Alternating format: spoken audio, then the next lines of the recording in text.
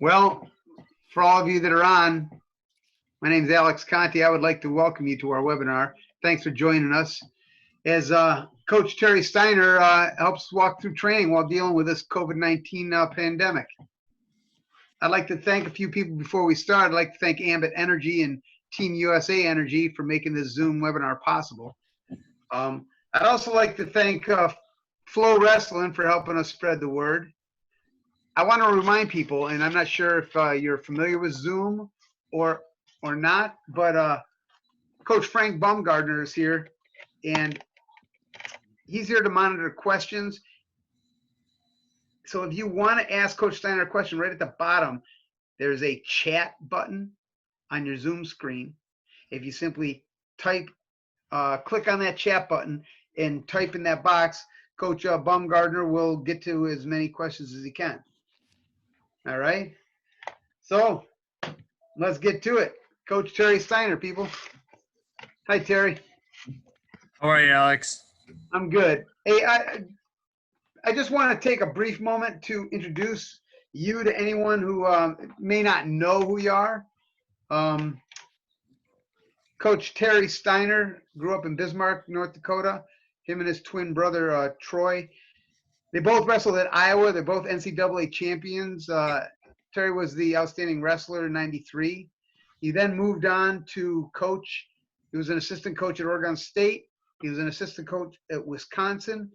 And then in 2002, they asked him to move over to the women's side of the wrestling world. And so since 2002, he has been our USA national team coach. So he's been with the women's program now for 18 years. So, Coach, glad to have you here. We're real excited to hear from you, and you know, give us your take. What are your girls doing? How they training? How they dealing with all this stuff? Well, thanks, Alex, first of all, and thanks everyone for getting on, taking time out of your day. Of course, we're all in a unbelievable situation right now, and trying to work our way through it, but trying to make the most of it, best of it that we can, and you know, so the girls, we've had a lot of communication. You know, we're trying to keep everyone focused on the things they can control, and the things that you know, things that they can't control, or you know, hopefully they can put beside them and not worry about them so much. I think it helped a lot when the IOC came forward and gave us the news that the games were postponed, because that really gave the athletes a lot of reprieve, and just they could let their guard down a little bit, because it's, you know, it's a ways away now. But really, we're trying to, you know, I've really charged them with, you know, finding the passion and the purpose of each day, and really I think that's all of our goals, right? I don't care if we're an elite athlete or a coach or a factory worker, right? I mean, we've got to find the passion and purpose in each day and how we live our lives, and try to be productive in what we're doing and what we can do. And even if we can't do a lot, we still got to find our ways to be productive. And really, you know, this time is going to come and go. And no, I didn't heat them up. This time is going to come and go, and we're going to, you know, we're going to want to be able to get through this and get more out of this time frame than the rest of the world, right? Because before we know it, the Olympics are going to be here, and Japan and China and Russia, you know, they don't really care how we're dealing with this. And maybe in a lot of ways they're hoping that we're struggling dealing with it, right? And it's our job to get more out of this time frame and our situation than anyone else in the world. Right. And so how are you doing that? The day-to-day routine, how do you start the day? What's your routine looking like? Well, I mean, you know, that's where I think it's important. I think it's important for all of us to, I'm a firm believer in routine, and I think people like routine. Even if they say they don't like it, I think we function better and we're more productive with some routine. And, you know, to have a list of things to do, to have some goals each day that we want to get accomplished. And so at the end of the day, we can check off our list and look at our list and see that we've been successful. You know, it helps a lot seeing yourself, if you can see yourself being successful every day instead of once a year or once a month when that competition comes around, Right. and it's really, we need to be able to see that often. So the routine is a huge part of it. And I always talk about it like this with the athletes. We've talked about it a lot. Like, I think if you look at our culture and how we're built, I mean, there's fitness centers and places like this that they make a living off of this, right? They make a living not off of elite athletes. They make a living off of the normal person that needs to get up and go to work and be a parent and be a teacher and be a doctor, and they need to be the best them they can be that day. Sure. And so getting up and getting yourself going, I think, is a huge part of it. And that's one of the things that, it's been a part of my life for a long time. And first it was because I was an athlete, but even to this day, I'm a better husband and a better father and a better, better coach, hopefully, than I would be without that time in the morning that I spend getting myself ready and getting my workout in and getting myself moving forward. So I think it's absolutely imperative to have that, some kind of a routine like that, to get you jump started in the morning. Sure. And I know you and I, we go back a little ways, and I know that you're big on goals and goal setting. And can you just talk about that? How you are getting your athletes to keep focused on that? What are they doing? How are they doing it? Well, there's different aspects of training, right? I mean, there's different aspects, and probably not a lot of us can get on a wrestling mat, right? It's the complete opposite of social distancing, right? Right. Yeah. And so we've got to listen to the CDC guidelines that we're all put under right now to help this forward. And so what can we do, right? And this is where it comes back to, what are the things we can focus on within our wrestling careers to move forward? And there's so much more than just wrestling. I mean, we can do conditioning anywhere, right? We can Right. get outside and go for a run. We can go for a bike ride. If we're by water, we can go for a swim.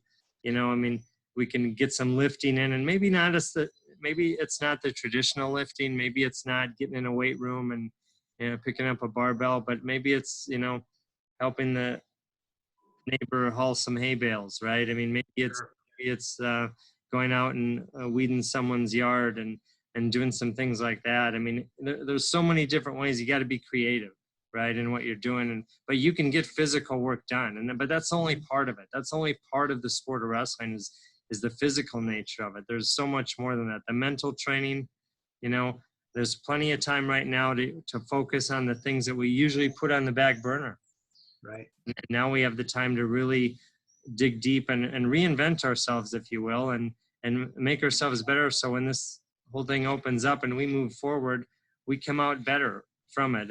And so, mental training is a part of it. I think scouting our opponents, knowing our opponents and breaking down our own wrestling, right? Figuring out, really looking deep inside of our wrestling, and we're figuring out where, when we do get back on the mat, where we can spend our time and where we can spend our energy. And I think that's an important thing. The nutrition aspect, that's an aspect that we can always be in control of. But right now, it's one of the things that's probably front and center because we're probably sitting in our homes. We can go to the fridge anytime we want. We're going to have some discipline right now, right? We're going to have. Not just the athletes, that's the 100-year-olds too, right? Yeah, that's everyone. That's myself too, right? I mean, just sitting around a lot. I mean, you just go and grab something to eat just because to do with your hands, right?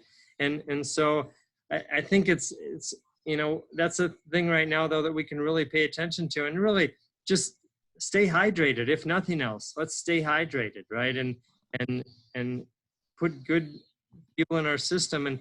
And the thing is, if we're not doing as much now physically, we have to start to level off our nutrition intake as well, right? And what we're putting in our bodies. So, if you're doing that much more or less as a physical athlete, then we need to, give our bodies less, every day, or else we're going to start to gain weight, right? It's a simple process in that way, right?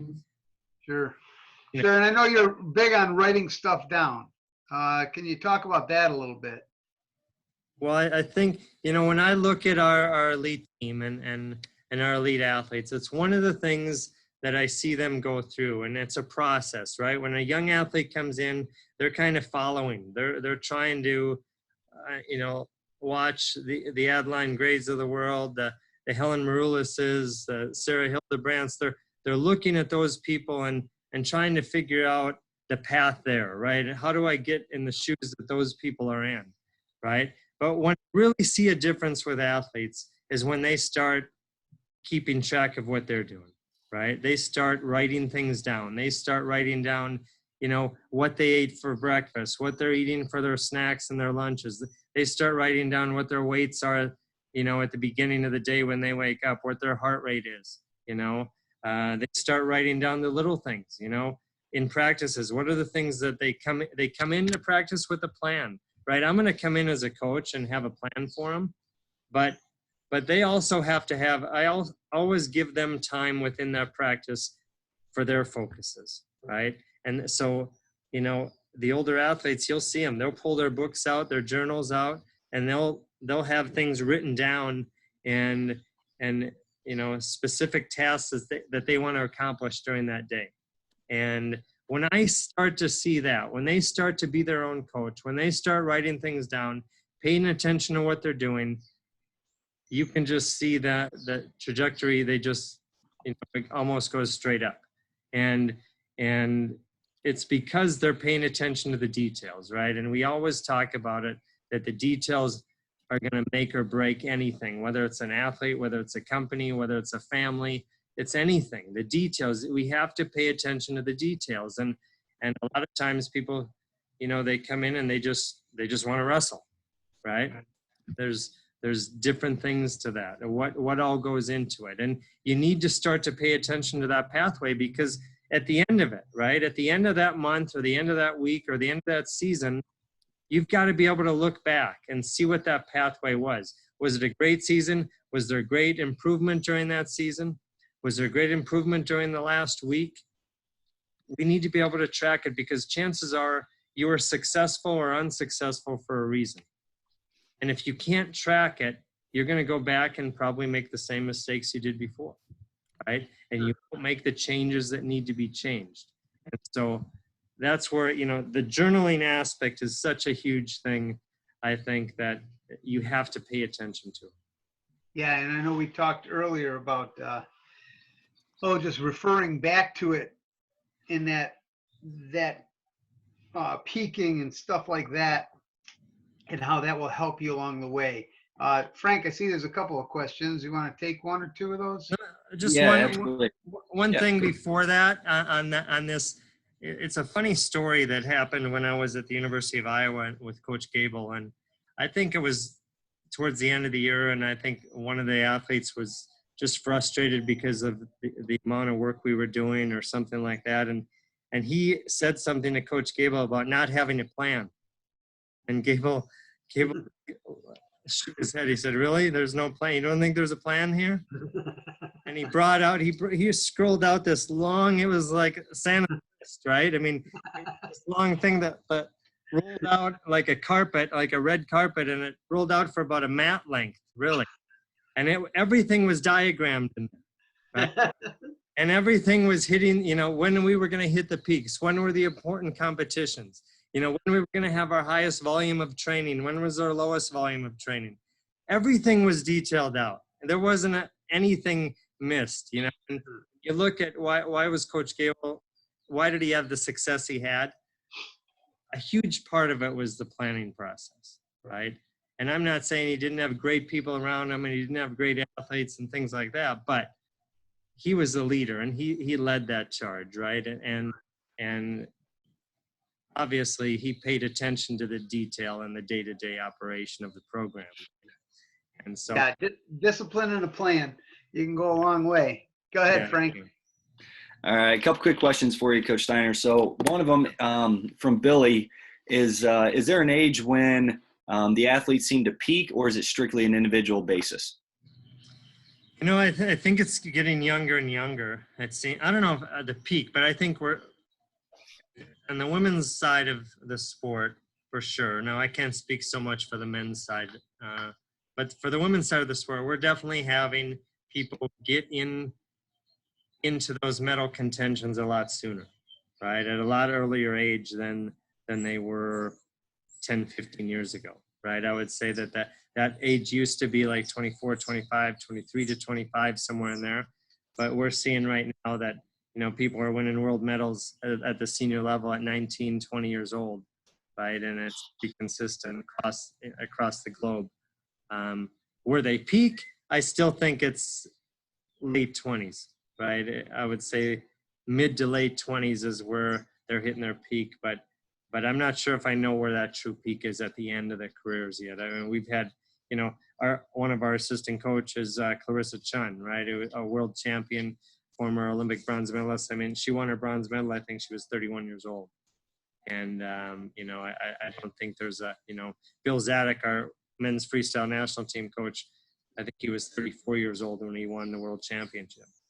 Right? And so I don't know where that peak really is if you go by numbers, but it's definitely, there's a wide range there. Right. So a little more individual basis there, how you treat your body and how you live and train. Absolutely. Yeah. So you're talking about Coach Gable and his preparation. So I had a question, I believe it was from Tim.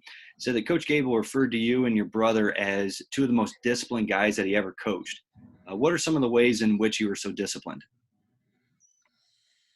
Well, I think routine was a huge part of it, right? I mean, and I think we knew one thing, right? We knew that we weren't the most talented people in the world. And I think that everyone has a gift, right? Everyone has a gift, and it's up to us to find what that gift is and use it to the utmost to bring ourselves forward. And the one gift that I had, and it was really given to us from our parents, I think, was the ability to stay disciplined for a long period of time and to work, right? And put effort forward for a long period of time. And so, I'd say that our routines were very rigid, right? I don't think we fluctuated much. Maybe in times we should have. Maybe we should have given our bodies more of a rest at times. But we also knew that we had to make up for some things that we didn't have. We didn't have great athleticism. We didn't have great strength. We had to make up for it with improving our technique. We had to make up for it with just putting the time in. Some people come in with God-given ability with quickness and speed, strength, and we had to work at that. So our routine was a huge thing, and then really our routine usually looked like a morning workout. Before class started, and we made the mistake our freshman year. We had 7 a.m. classes, so that Yeah. we were in the weight room, in conditioning at 5 a.m. right, and then we'd come back in and the class, then we'd come back in for our main workout at about 3 o'clock with the team, and then we'd come back in after that at about 8 o'clock at night, and that was consistent, right? And I don't know, there was a lot of years I went 3-a-day workouts, and that was just the norm, right? And I think that some people called that crazy, and there was that's just what we knew. You don't know what you don't know, but you know what you know, and we knew that we knew how to work. We knew how to put things forward, and that's really what we tried to do, and we got some benefit out of it. So let's go back like 65 years when you were a high schooler. Okay. And so I know there's some high school coaches on, and I know there's some high school kids on. So a high schooler going through this right now, they're confused. They're wondering, I'm missing my USA season. I'm missing this. I'm missing that. What do you say to them? Where should they start?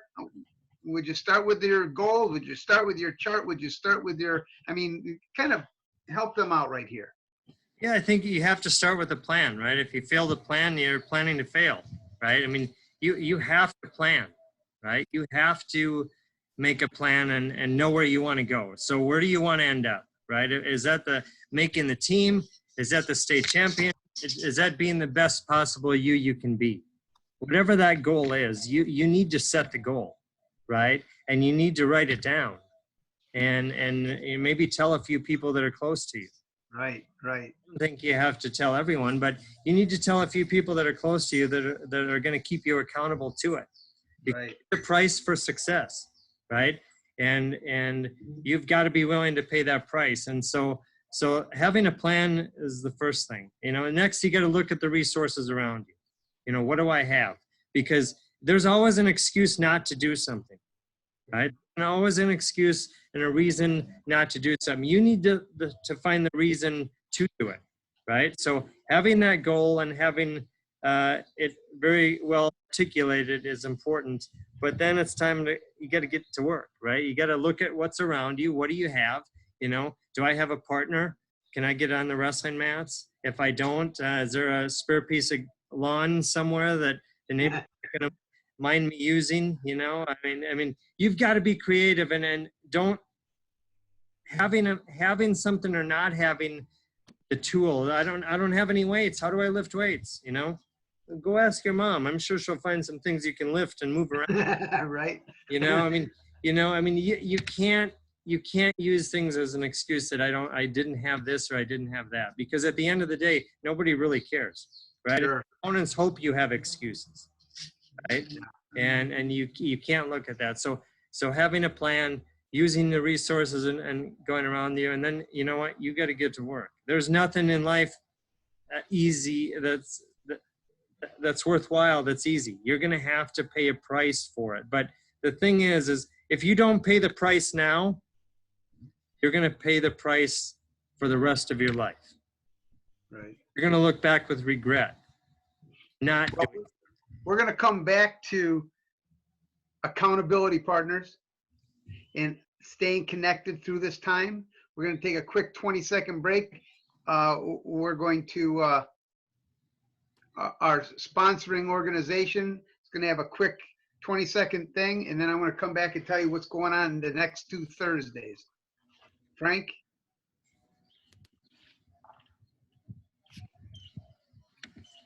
Okay.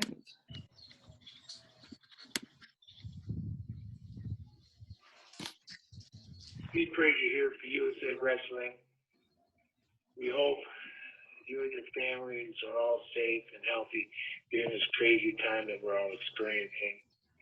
Thanks for joining the webinar with Coach Terry Steiner. Our partnership with Ambit Energy provides a unique opportunity for our USA Wrestling membership to not only save on their energy bills, but to possibly raise money for the wrestling programs. If you're interested in finding out more about how to be involved, listen to Terry Steiner here, and he'll guide you. Thank you. I want to tell you that the next 2 weeks, we're going to have, let me pull it up here. I'm not sure where my sheet went. Next Thursday, we have Coleman Scott's going to be here with Coach Steiner. And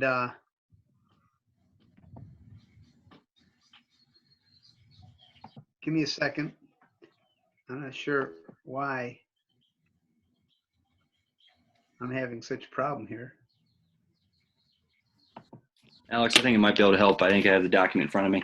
Oh, I got it. You got Coleman it? Scott's Pathway to Success. Okay.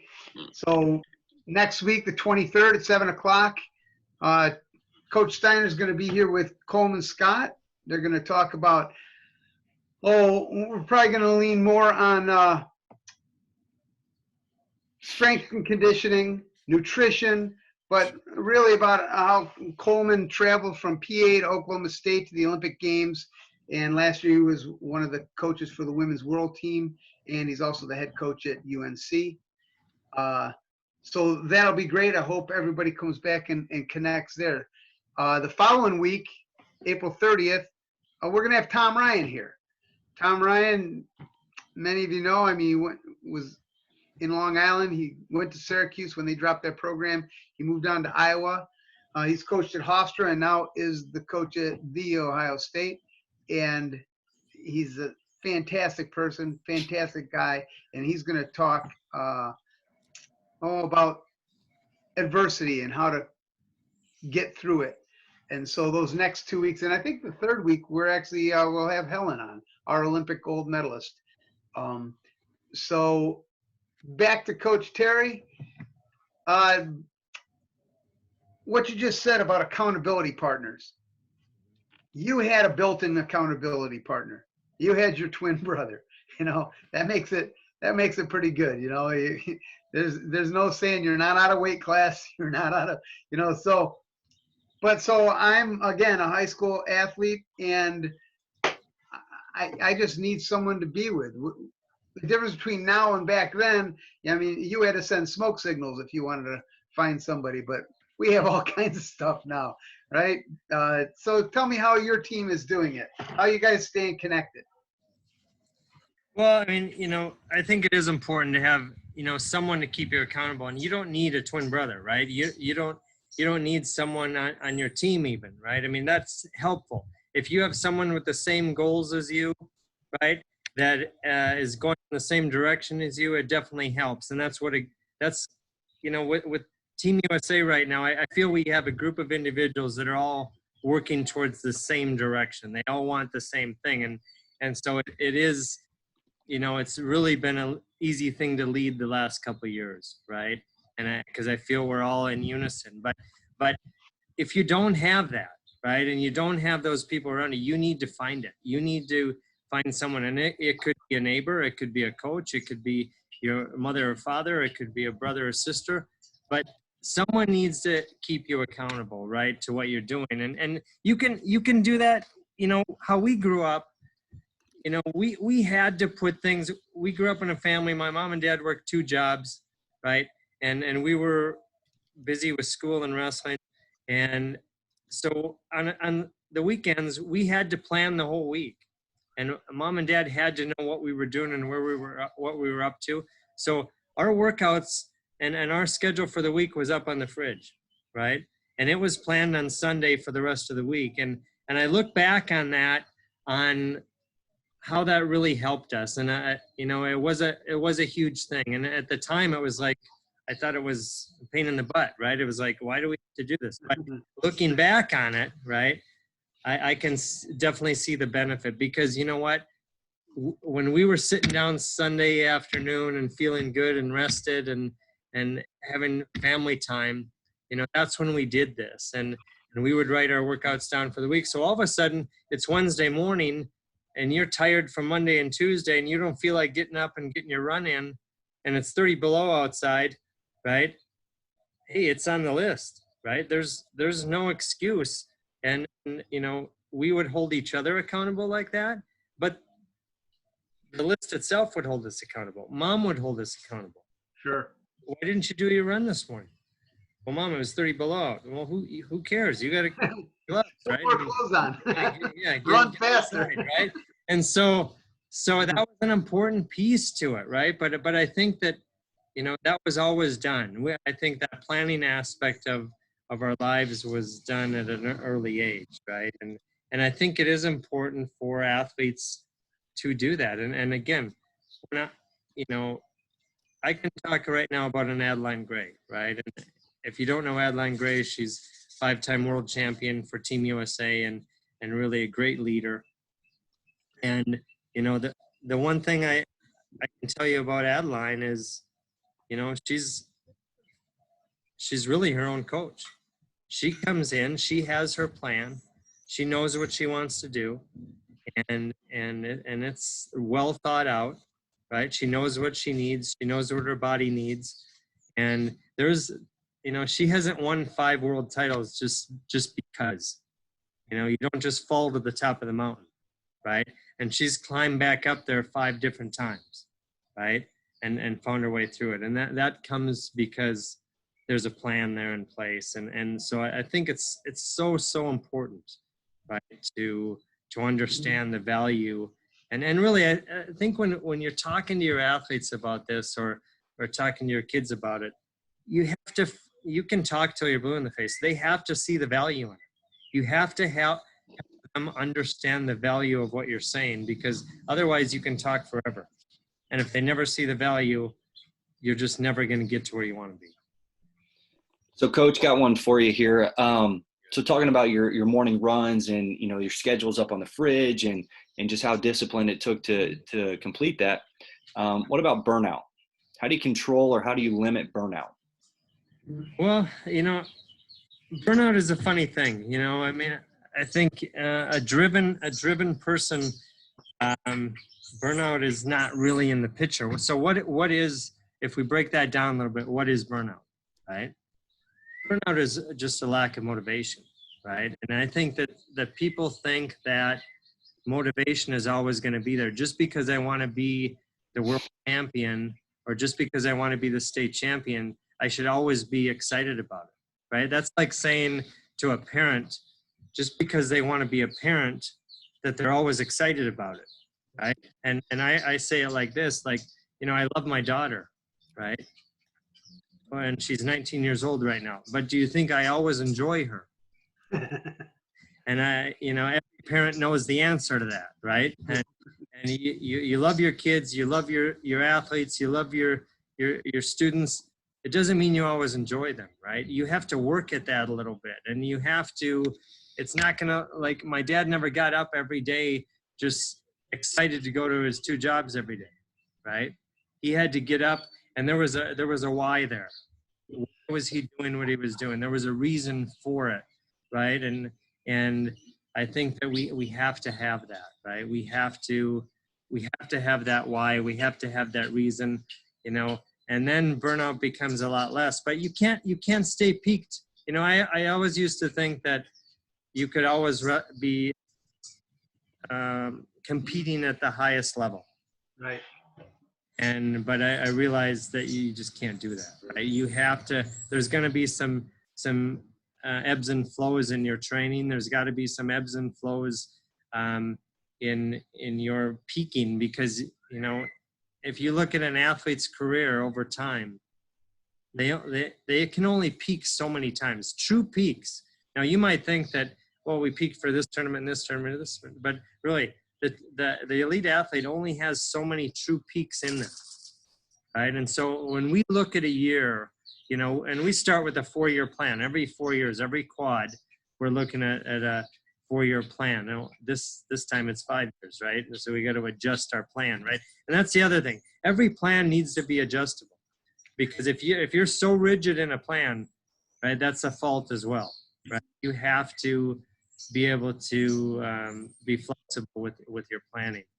There's no plan that's perfect, but you know, you have to be willing to make some adjustments to it. But we start looking at it as a 4-year process, and then we bring it down to the year we're in. So now we're in the Olympic year, right? So when we look at that Olympic year, ultimately there's one goal, right? That's the Olympic title and the Olympic gold medal. So that's the highest priority, right? But that's for everyone. That's athletes and coach alike, right? But the athletes have a different peak, right? They have to have a peak right now of making the Olympic team. Sure. Right? And as a coach, I just want all the athletes to be ready. Really, to me, it does not matter who makes that Olympic team. What matters is whoever does make that Olympic team is ready to win, right? And ready to medal and to stand on that award stand. It's their race. It's the athlete's race to figure out who's going to be on that team. I stay out of that race. It's our job as coaches to give every athlete in front of us, every person in front of us, the tools to be successful, right? And then it's their job from there. So on that same mindset, you know, changing the mental approach, when you have a 4-year cycle that turns into a 5-year cycle, or, you know, you just came off of a heartbreaking loss at the state tournament, you're a high school wrestler, and your goal is now, I'm going to qualify for Fargo, I'm going to be an All-American, and now, I mean, that's a mental roller coaster, especially for young kids. Can you walk us through maybe how you address that, how you work through that, how you know, your focuses on you know what I'm saying? Go through some of that you go through with some of the athletes you work with. Well, I think it's, you know, it's helping them, you know, it's really comes down to parenting, right? I mean, it's helping them understand that life isn't perfect. Okay, yeah, great. We can have a plan, right? And you know, I can look back, you know, how I'm sitting in this position right now, right? If you would have told me 20 years ago I'd be the women's national team coach, I would have told you must be reading the wrong book, right? You know, that was never the plan, and this is just where wrestling took me and the opportunities took me, but I think with every kid, you know, as they're coming through their careers right now, this is a huge blow to, you know, what they think is, you know, normal. And it's not normal. I mean, it's not normal, but what they think is acceptable or what can we handle, right? And I'm a firm believer that, you know, and I don't know where our faith is, but God never hands us anything that we can't handle, right? Right. And Yeah. we can handle this. But, you know, we're going to have to adjust. We're going to have to make some adjustments. We can't go, you know, there's no reason right now to be running 100-meter wind sprints and getting ready to try to peak for something. Right? Right. I mean, so if we're looking right now how we need to adjust our training, right? We don't know what's coming. So right now, I think if we're looking at athletes training, you know, it should be think preseason, right? Think just, hey, keep our nutrition right. Let's make sure we're doing like long, you know, workouts that are, you know, go out for some long runs, get some endurance training in, building that base, right? Building that base right now. You know, we can be working on getting stronger right now. Building that mental base, you know, are we having trouble refocusing, you know, when we're in competition, you know, working on refocusing skills and things like that right now. I mean, there's so many things to work on, but we, you know, I don't know where I'm going with this, but I mean, you have to be resilient in what you're doing, and you can't be so rigid. Things are going to change, and you know, it always happens when we take an athlete overseas for the first time, right? And they're used to normalcy, right? And all of a sudden they're thrown into a world where literally nobody speaks their language, right? Yeah. And they're thrown into a situation where they're not getting the food that they expected. You know, they're eating borscht instead of what they're used to, right? Right.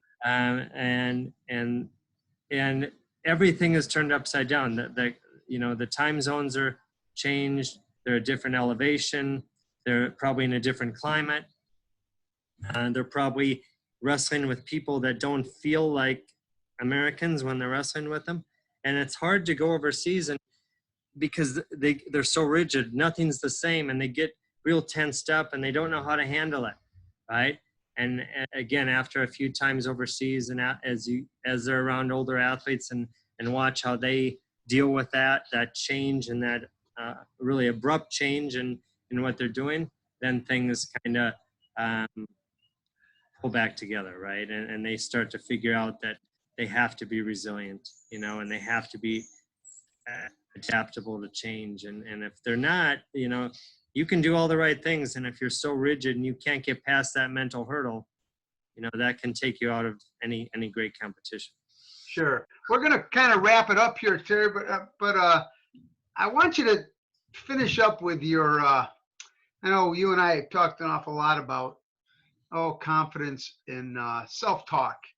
And, you know, you always tell me your Iowa story, you know, your freshman year at Iowa, which is pretty amusing for those of us that it didn't happen to, but self-talk, you know, I think it would be beneficial for a lot of people out there to hear this. And we'll finish up with this, and then we'll go right into wrap it up with questions. Coach Baumgartner will read through some of these questions and ask you some questions, but and then I'll come back and remind everybody who's going to be on next week with you. So yeah, could you just touch on that for us? So I do think that self-talk is a huge thing, and I stress it a lot, and always have, because I know the difference it made in my life and my career. When I was a young kid, I think I was a sophomore in high school. Someone posed this question to me, and I can't remember who it was, or but they said to me, if you talk to your best friend the way you talk to yourself, would they still be your best friend?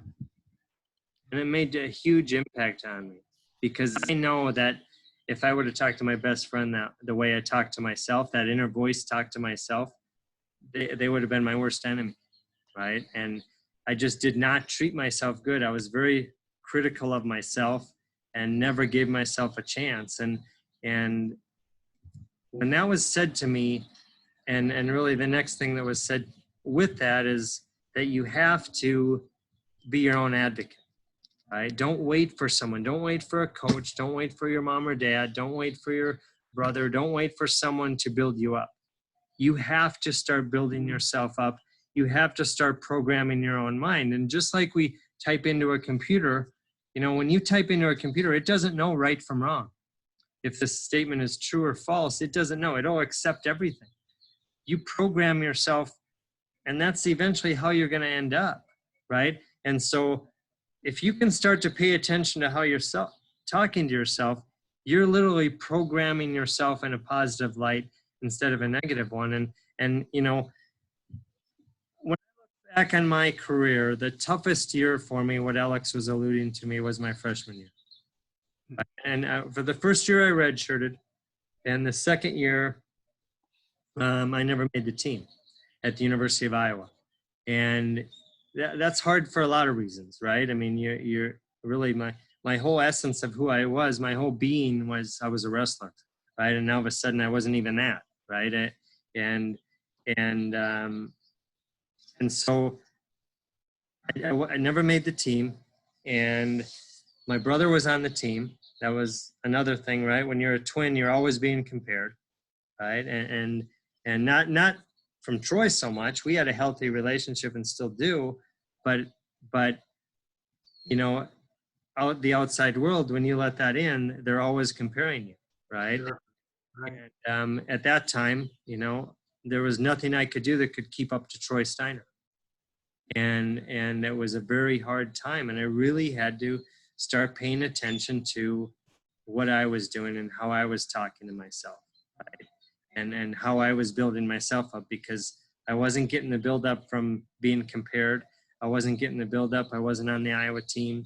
I wasn't getting the build up from the media or the fans, because they didn't know I existed, right? And they weren't paying attention to me because I wasn't being successful. So how do you come out of that slump, right? You've got to start to pull yourself out of that and pay attention to how you're talking to yourself and treating yourself well and building yourself up. And and sometimes you got to force it and forge it, right? And you got to open up that notebook, and you got to start writing things down, right? Who are you? I am the 1993 NCAA champion. I am the NCAA champion. I am the NCAA champion. Pretty soon you start reading that and writing that, and so many times, pretty soon you start believing that, right? And I don't know if I really believed it right away. I hoped it, right? But as you go, you start to believe it more and more, right? But it all comes from self-talk, and it all comes from how you're treating yourself. And even to the point like this, like how it was explained to me was like this. If someone comes up to you and they say, "Hey, great tournament today. You had a great tournament."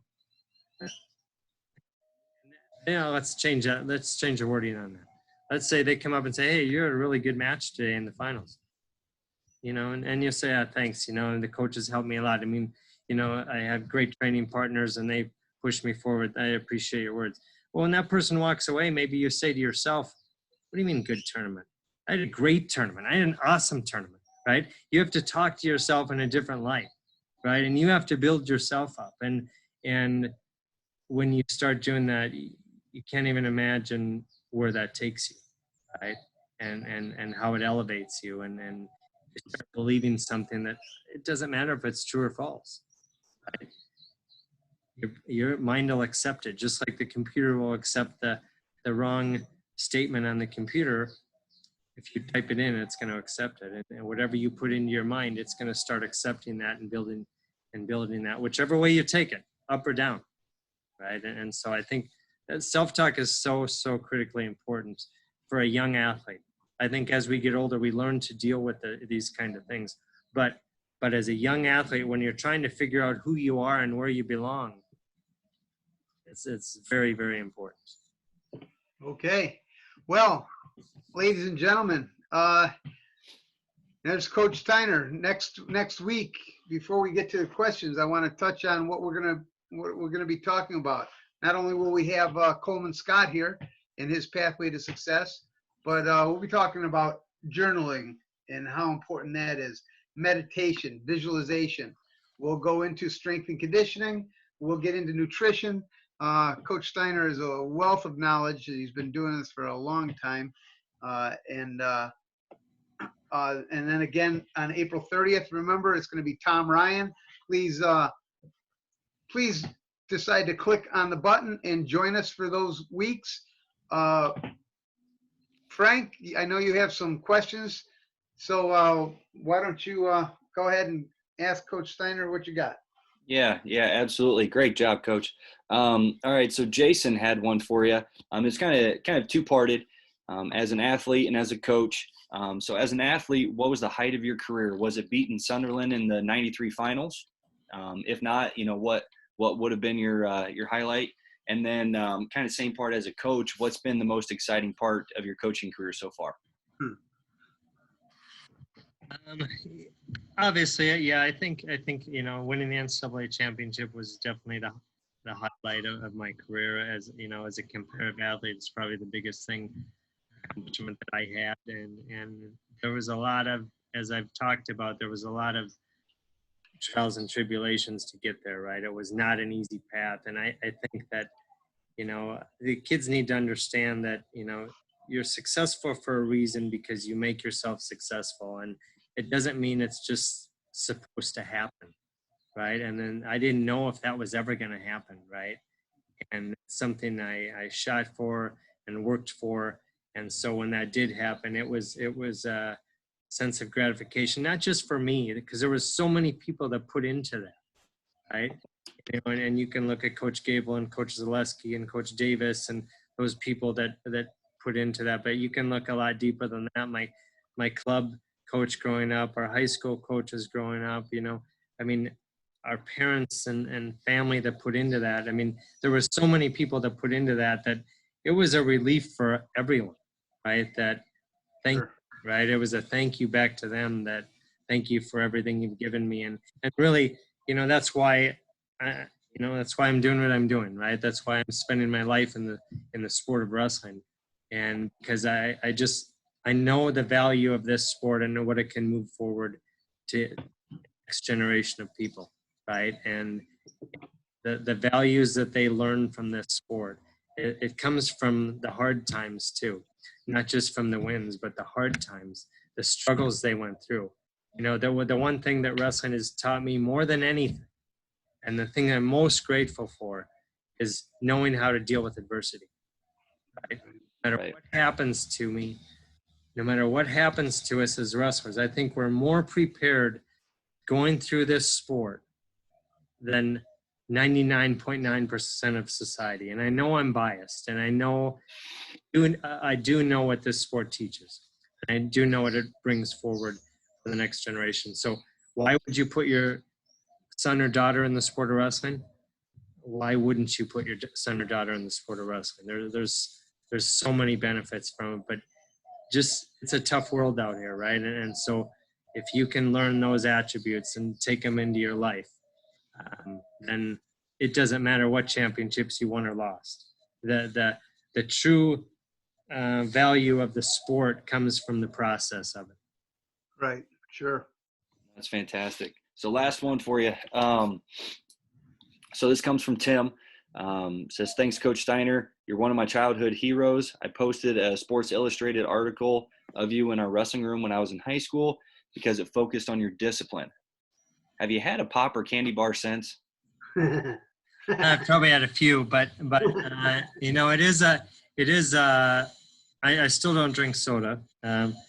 But it is a true statement that during that time, and it really came about because we didn't know where else to turn, right? I mean, we thought we were doing the right things. We were getting our workouts in every day.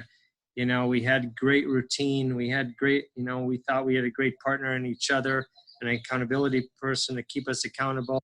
We had support from our parents and our coaches back home, and they gave us everything we needed. And we were sophomores in high school, and we went to the USA Central Regional, the junior regional. Right. And we were both like one and two in the tournament.